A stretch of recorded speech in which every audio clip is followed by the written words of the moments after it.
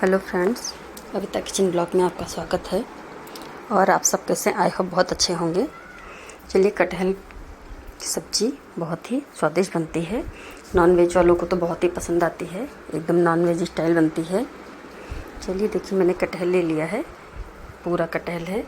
इसको काट करके फिर अभी छोटा ही है, बहुत बड़ा नहीं हुआ है, तो इसलिए इसकी सब्ज़ी अच्छी बनेगी। नहीं तो बहुत हार्ड हो जाता, बहुत बड़े कटहल होते तो उनकी सब्ज़ी उतनी अच्छी नहीं बनती उसकी भी, लेकिन इसकी ज़्यादा अच्छी बनेगी जो छोटे हैं। देखिए, मैंने इसको आधा काट लिया है। काट करके अब मैं इसको छील लूँगी। छील के काट के, ये देखिए जिस तरह देख रहे हैं आप, इस तरह से काट करके रख दूँगी। इसको पानी से धुल लूँगी। और हाँ, काटने से पहले ना चाकू और हाथों में नींबू या तो सरसों का तेल लगा लीजिए, नहीं तो हाथों में चिपकेगा। चलिए, इसके बाद मैं कुछ थोड़े से खड़े मसाले लेती हूँ और लेकर के सिलबट्टे पर पीस लेते हैं। अगर आप मिक्सी में पीसना चाहते हैं, नहीं सिलबट्टे पीसना चाहते हैं, तो मसालों को पहले भिगा दीजिए हल्के गुनगुने पानी में, थोड़ा गर्म पानी में, जिससे फूल जाए तो आपको मिक्सी में पीसने में आसानी हो जाएगी। चलिए, मैं सिलबट्टे पर आज पीस रही हूँ। वैसे मैं मिक्सी में ही पीसती हूँ, पर आज मेरा मन था इसलिए मैं सिलबट्टे पर पीस रही हूँ। पीस करके देखिए, मैंने सारे मसाले लिए और लिख दिया है, आप देख लीजिएगा। मसालों को लेकर के बारीक पीस लेते हैं। थोड़ा थोड़ा पानी डाल करके उसको महीन पीस लेते हैं, जिससे इसमें हल्दी, धनिया, मिर्चा, सभी खड़े मसाले थोड़े थोड़े हैं। मैंने मसालों को कम क्वांटिटी में लिया है। आप जितना चाहें, थोड़ा जो ज़्यादा मसाला पसंद करते हैं ज़्यादा मसाला ले सकते हैं। मैंने थोड़ा ही यूज़ किया है, क्योंकि अदर मसाले भी डालेंगे ऊपर से जो पिसे हुए हैं, इसको तो डालेंगे ही, इसलिए मैंने कम लिया है। गरम मसाला बहुत तेज़ होता भी है, और घर का बनाइए तो बहुत ही ज़्यादा तेज़ होता है, इसलिए मैंने कम क्वांटिटी में लिया है। चलिए, थोड़ा थोड़ा पानी डाल करके मैं इसको पीस लेती हूँ। बस इसको अच्छे से पीस लूँगी। पीसने के बाद फिर पूरे मसाले को बारीक कर लीजिए। बारीक करके फिर इसको आराम से पूरा एक कटोरी में उठा लेते हैं। देखिए, मसाला मेरे रेडी तैयार हो गया। धीरे पीसने थोड़ा सा समय लगता है सिलबट्टे पे। मिक्सी में तो बहुत जल्दी हो जाता है, लेकिन इसमें पीसने में थोड़ा टाइम लगता है, कि हाथ से पीसना होता है। सिलबट्टे के मसाले चटनी की बात ही एक अलग होती है, उसका स्वाद ही अलग होता है।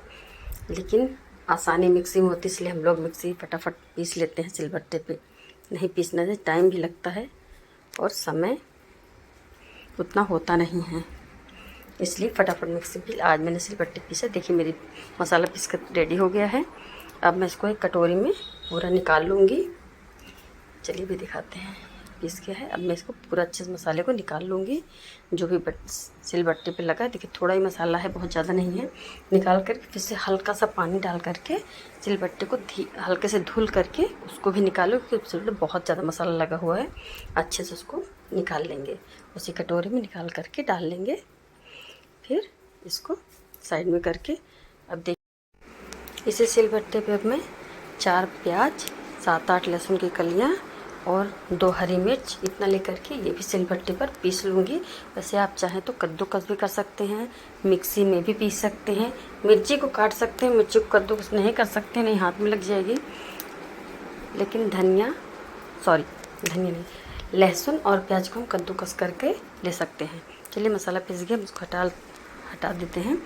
एक कढ़ाई लेकर के या पैन लेकर के, जो भी क्वांटिटी आपकी हो, सरसों का तेल डालते हैं। डाल करके उसको चारों तरफ फैला करके, और जो हमने कटहल को काट के रखा है छोटे छोटे टुकड़ों में, उसको हम अच्छे से थोड़ा सा भून लेते हैं। भूनने से उसका स्वाद, टेस्ट बहुत ही अच्छा हो जाता है, भून कर ही बनता है।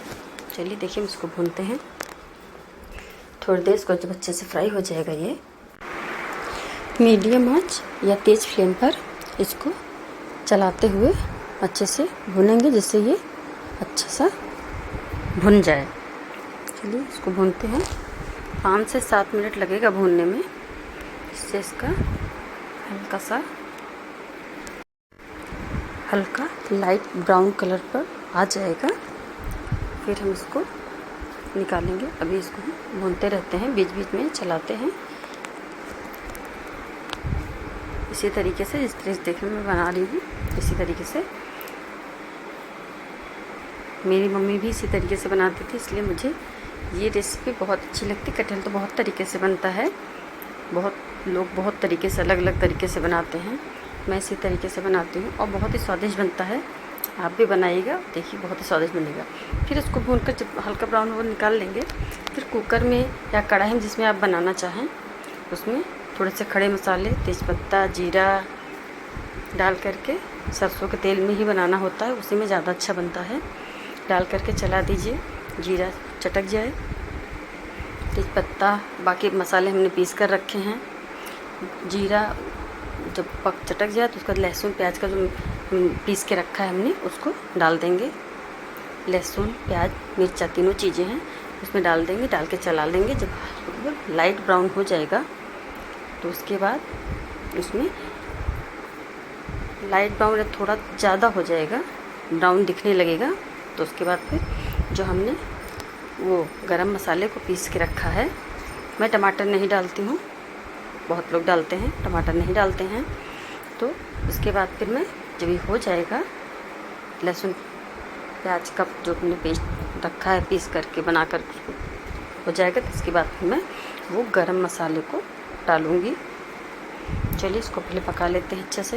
देखिए लाइट ब्राउन हो जाएगा, चलाते रहेंगे।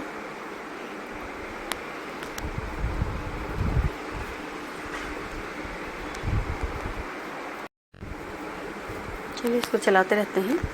चलाते चलाते ये जब ब्राउन कलर हो जाएगा फिर हम इसमें मसाला डाल देंगे। पक रहा है हल्के हल्के से, मीडियम आंच पे भी पका सकते हैं, तेज़ आंच पे भी पका सकते हैं। तेज़ पे जल्दी साइड से जलने लगता है, मीडियम पे थोड़ा टाइम लगता है, अच्छा बनता है। जैसे आपको बना सब बन देखिए लगने लगा। मैंने जबकि सरसों का तेल जो डाला था वो इतना कम नहीं था, ज़्यादा ही डाला था, फिर भी देखिए पूरा सूख लिया है। और मैंने सरसों का तेल बहुत ज़्यादा नहीं डाला था, इसलिए इतना नहीं तो बहुत लोग बहुत ज़्यादा डालते हैं। अगर आपको पसंद है तो आप ज़्यादा डाल सकते हैं, मैंने मीडियम में ही डाला था। अब देखिए मैंने गरम मसाला जो पीस के रखा था उसको डाल दिया है, चला देंगे। चला करके इसी में मीडियम आंच पर उसको पकाएंगे और बीच बीच में चलाते रहेंगे जब तक तेल मसाला जो है वो तेल ना छोड़ दे, मतलब पक ना जाए, तब तक इसको हम चलाते रहेंगे। ये भी 5 से 7 मिनट लगता है। तो इसको देखिए तो कभी दिख रहा है कि हो गया है मसाला जैसे, लेकिन अभी हुआ नहीं। इसको चलाते चलाते 5 से 7 मिनट तक इसे चलाना होगा, जिससे ये पक जाए मसाला तो सही रहेगी। देखिए भी लग रहा था, लेकिन अब देखिए एकदम दिख रहा है कि नहीं पका नहीं है। इसी तरीके से चलाते रहेंगे, चलाते चलाते पक जाएगा। जब मसाला तेल छोड़ देगा तो फिर हमने जो कटहल को फ्राई करके रखा है उसके बाद फिर भी मसाला पक जाएगा, उसमें इसको इसी मसाले में उस कटहल को हम डाल देंगे। देखिए मसाला अब दिख रहा है पक गया है, धीरे धीरे 4 से 5 मिनट हो चुके हैं। मसाला पक गया। अब इसमें हम फ्राई किए हुए कटहल को डालते हैं। डाल करके कढ़ाई मसाले और कटहल को अच्छे से मिक्स करेंगे। मिक्स करके ये देखिए हम चलने डालते हैं इसको, ये डाल करके डाल के पूरा निकाल देंगे। निकाल के डाल के इसको फिर अच्छे से चला देंगे। कटहल की सब्ज़ी में हींग ज़रूर डालनी चाहिए। हींग मतलब हाफ़ टी स्पून डाल दीजिए। अगर 5 से 6 लोगों के लिए बना रहे हैं तो हाफ़ टी स्पून हींग डाल दीजिए। अगर बहुत तेज़ हींग भी बहुत तरीके से आती है। एक हींग आती है जिसमें बहुत थोड़ा सा ही डालिए तो बहुत तेज़ होती है, बाकी जो डिब्बे में आजकल आती है इसीलिए कोई दिक्कत नहीं। इनमें आधा जो टीस्पून छोटा टीस्पून होता है उसका आधा टीस्पून डाल सकते हैं। इसको डाल करके फिर आवश्यकता अनुसार पानी डाल दीजिए, नमक डाल दीजिए टेस्ट अनुसार। कुकर को बंद कर दीजिए, बंद करके 4-5 सीटी लगा दीजिए। 4-5 सीटी आने तक ही नमक डाल दिया है। डाल करके अब इसको हम बंद कर देंगे। 4-5 सीटी जब आ जाएगी इसके बाद इसको गैस बंद कर देंगे। अच्छे से पक जाइए। देखिए सब्जी में तो नॉनवेज स्टाइल बहुत ही अच्छी है। जो वेजिटेरियन है उनके लिए बहुत ही स्वादिष्ट है और जो नॉन वेज हैं उनके लिए भी बहुत अच्छी है। खाएं तो बहुत स्वादिष्टी होती है। घर का कटहल हो तो और ही अच्छी बात होती है। ये मार्केट में तो मिलता ही है। चलिए अपनी थाली रेडी कर लेते हैं। कटहल की सब्जी के साथ प्रॉपर लंच थाली तैयार है, देख सकते हैं। दही, कटहल सब्जी, राइस, दाल, रोटी, सब कुछ रख दीजिए। और वीडियो अच्छी लगे तो लाइक, सब्सक्राइब, शेयर ज़रूर करें।